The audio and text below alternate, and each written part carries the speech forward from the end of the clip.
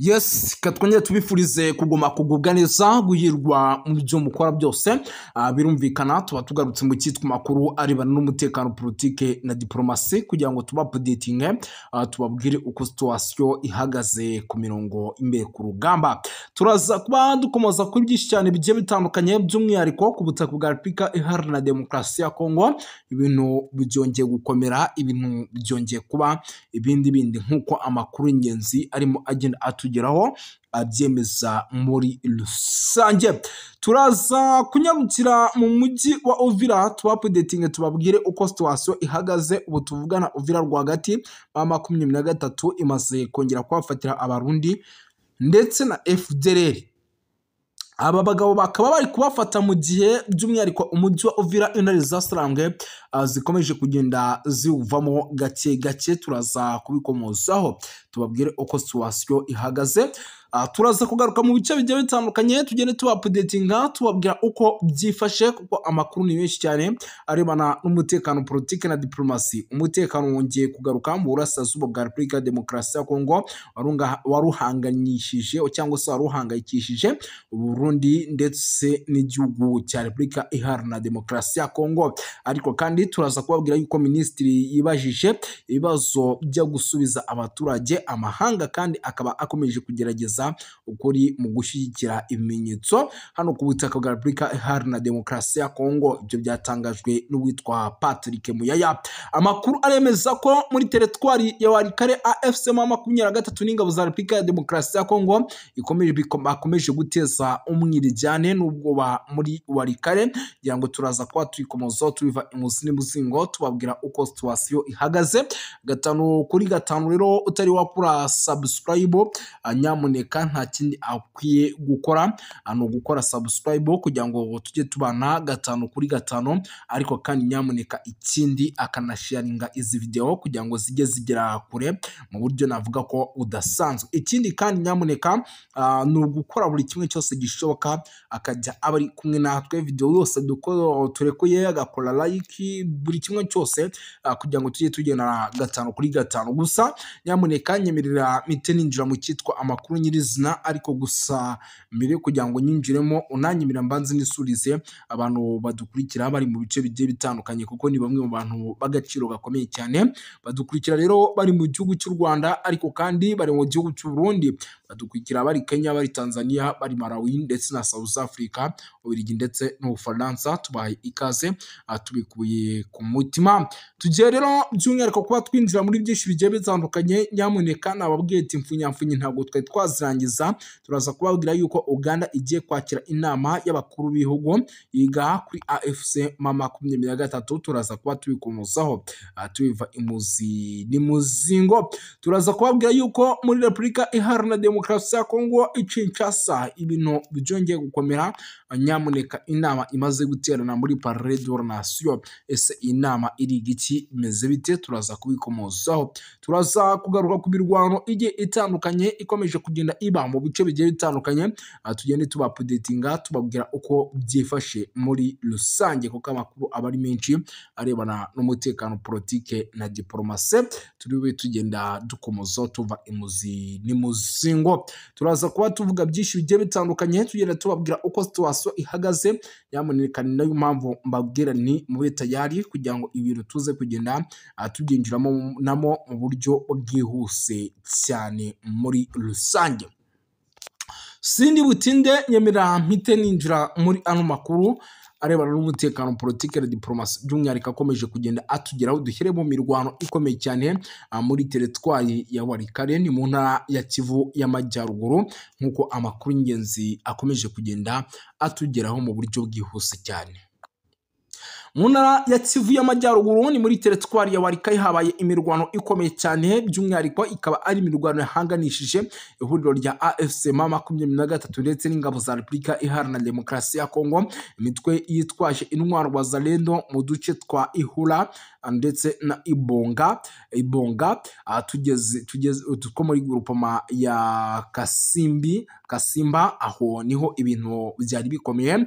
Amakuru yizewe rero aturuka mu nzego z'ibanze aragaragaza ko FARDC na Wazalendo bagabye igitero icyarimwe mu bice bigenzurwa na AFC M23 no mu tundi duce twombi, bituma imirwano ifata indi ntera kuva mu gitondo kugeza nimugoroba. Ibyo bitero rero bikaba byakoreshejwemo intwaro zemereye ndetse n'izoroheje. Byumvikanye yuko kandi nyamuneka umunsi wose byari ibicika ku buryo bukomeye cyane. Umunyabanga nshingwabikorwa rero wa groupement Kizimba yemeje aya makuru, avuga ko rwose kubera urusaku rw'imbunda zemereye ndetse n'akajagari k'imirwano by'umwihariko abaturage Ihuru ndetse na Ibanga bahunze imidugudu yabo ari benshi cyane, bagahungira mu mashyamba yo mu bice bigiye bitandukanye mu rwego rwo kwirinda ingaruka z'imirwano. Nyuma y'ibitero rero Wazalendo na FARDC basubiye inyuma bava mu duce, gusa mu gihe cyo cyo kwikura mu mirwano bivugwa ko bajyanye abantu 5 babashinza gukorana n'inyeshyamba za AFC M23. Kugeza ubu rero irengero ry'abantu 5 riramenyekana, bikaba byakomeje guteza impungenge imiryango yabo n'abaturage muri rusange. Kuri uyu by'umwihariko rero wa 5 ndetse n'uwa 4 by'umwihariko amakuru avuga ko mu gace Ibanga yemeza ko rwose abaturage ba Ihuru ndetse na Ibanga batangiye gusubira mu mihana yabo ifitwe na AFC M23 mu gihe umutekano muke wari ukomeje kugenda uhindura isura. Imirwano rero yongeye kugaragaza ubukana n'urusobe rw'amakimbirane akomeje kurenga intara ya Kivu y'Amajyaruguru, aho abaturage bakomeje kuba igitambo cy'intambara z'imitwe yitwaje intwaro. Ni mu gihe kandi hakenewe byihutirwa ingamba zifatika kugira ngo amahoro n'umutekano bigaruke mu karere. Ngayo nguko rero nayo makuru akomeje kugenda avugwa aturuka ku mirongo imbere ku rugamba.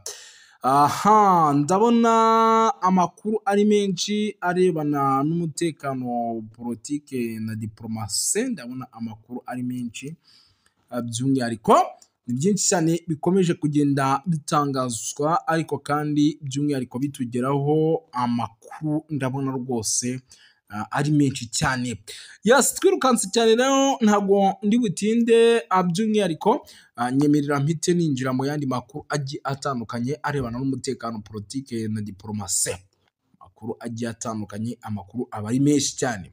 Ni ukuvuga ngo Uganda rero igiye kwakira Uganda irateganya kwakira inama y'abakuru b'ibihugu by'akarere, ikazaba yiga ku mutekano wo muri Repubulika ya Demokarasi ya Kongo ukomeje kuzamba kubera imirwano ikomeje gusakiranya ingabo ndetse n'izinyeshyamba z'umutwe wa M23. Umwe mu bayobozi bakuru muri Minisiteri y'Ububanyi n'Amahanga y'iki gihugu yabwiye ikinyamakuru Chip Report ko imyiteguro mu nama yamaze gutangira. Ati nibyo inama izibanda ku bijyanye n'umutwe witwaje intwaro wa AFC M23 iherutse kwigarurira by'umwihariko ibice bishyane mu ntara Kivu y'Amajyepfo ndetse n'ikibazo cyerekeranye no bikorwa by'ubutabazi. Uyunzemo kandi yuko inteko nyamukuru y'inama ari ukwirinda amakimbirane y'akarere. Amakuru avuga yuko kandi nta gihindutse iyo nama izaba ku cyumweru gitaha, gusa ntiharamenyekana abakuru b'ibihugu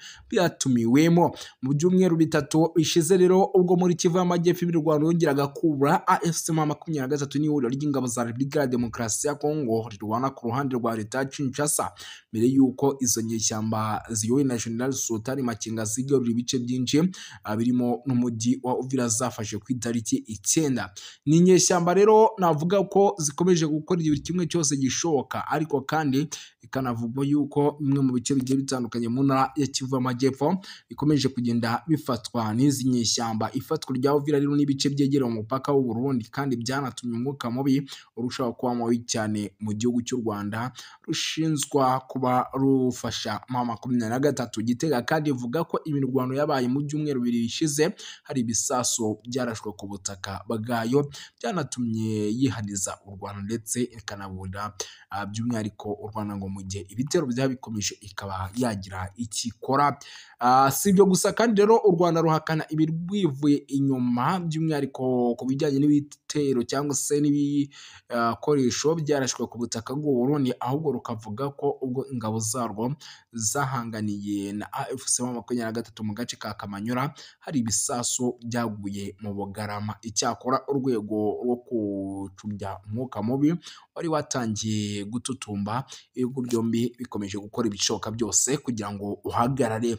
Ariko kandi ku rundi ruhande yasize igisirikare cya M23 by'umwihariko cyitwaye neza cyane kuko cyafatiye intwaro zigera ku 8, by'umwihariko izo n'imbunda zafatiwe zo mu bwoko bwa AK47 zigera ku 8, by'umwihariko barafatira amatekwa zigera kuri 4 gusa. Aka gace ntago kigeze gafatwa mu M23, ntago yigeze ikagumamo cyangwa se ngibe yagafata. Gusa icyo nakubwira cyo byari bicika kabisa, byari bicika, rwa rugamba rukomeye. Yes, no kuvuga ngo rero rwa rugamba rukomeye cyane, ariko nanone ku rundi ruhande nubwo rwa rugamba rukomeye, amakuru mfite nuko rwanagoye M23 kuko nayo yahatakarije abasore bagera kuri 2 nyamuneka, yahatakarije abasore bagera kuri 2 mu gihe yahitanye abagera ku 8. Birumvikana yuko iyo mibare ni imibare iba ari myinshi cyane hagati ku mpande zombi. Yes, no kuvuga ngo rero nyamuneka sibyo gusa kandi na n'ubu tuvugana isaha ku isaha urugamba rushobora kuza gukomeza gufata indi ntera, kuko nta gutuza guhari by'umwihariko hagati ya M23 ndetse n'igisirikare cya FARDC. Munyemerere rero by'umwihariko mbabwire uko situation ihagaze mbere yo kugira ngo twerekeze n'ahandi. Mbabwire uko situation ihagaze no mu bindi bice, mbabwire icyo M23 irimo iratangaza. M23 yatangaje icyatumye iva muri Uvira, inashimangira umutekano w'abaturage. Bitubanze nabyo tuyikomozo turebe. No kuvuga ngo n'umuyobozi w'umutwe wa M23 bamwita Bertrand Bisimwa yatangaje ko uwo mutwe udafite gahunda yo kuva mu mujyi wa Uvira no mu nkengero zawo mu gihe ibisabwa byawo bitarashyirwa mu bikorwa. Navuze yuko kandi cyihutirwa kurusha ibindi ari ugushyira imbere umutekano w'abaturage n'inyungu zabo. Anashimangira ko ibyo ari byo shingiro ry'ibikorwa byose. Uwo mutwe kandi uri gukorera by'umwihariko muri ako karere.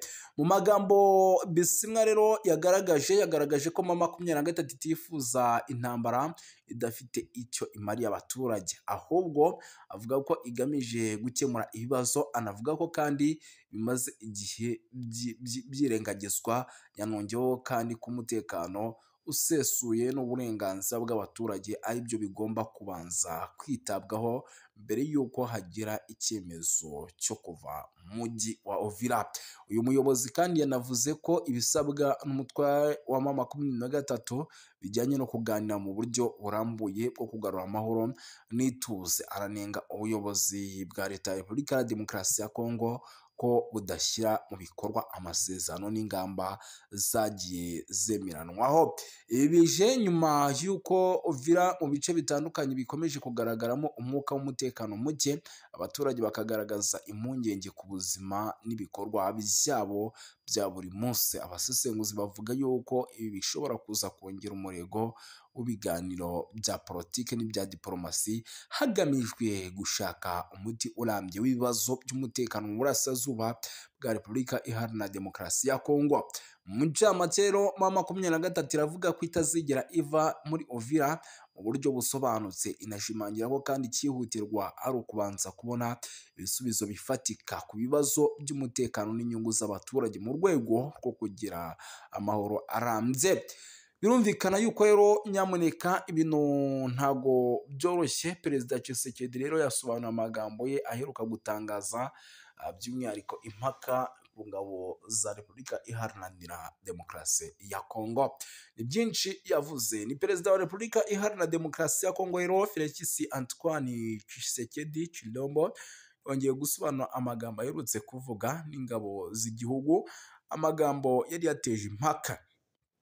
n'isesengura rinyuranye ku baturage b'abanyapolitiki. Ibi yabivuze kandi mu gihe umutekano w'igihugu cye arimo ukomeje kuzamba kuko urangwa n'imyotsi. Ubutegetsi bw'i Kinshasa rero kuva ibitero byatangira kubagabwaho, ibintu byahise bihindura isura. Ibi Perezida Tshisekedi rero yabivuze ku wa kabiri mu muhango wo gutangiza ku mugaragaro inama ya mbere ngarukamwaka ihuza inzego za leta zishinzwe serivisi rusange muri Repubulika Iharanira Demokarasi ya Kongo.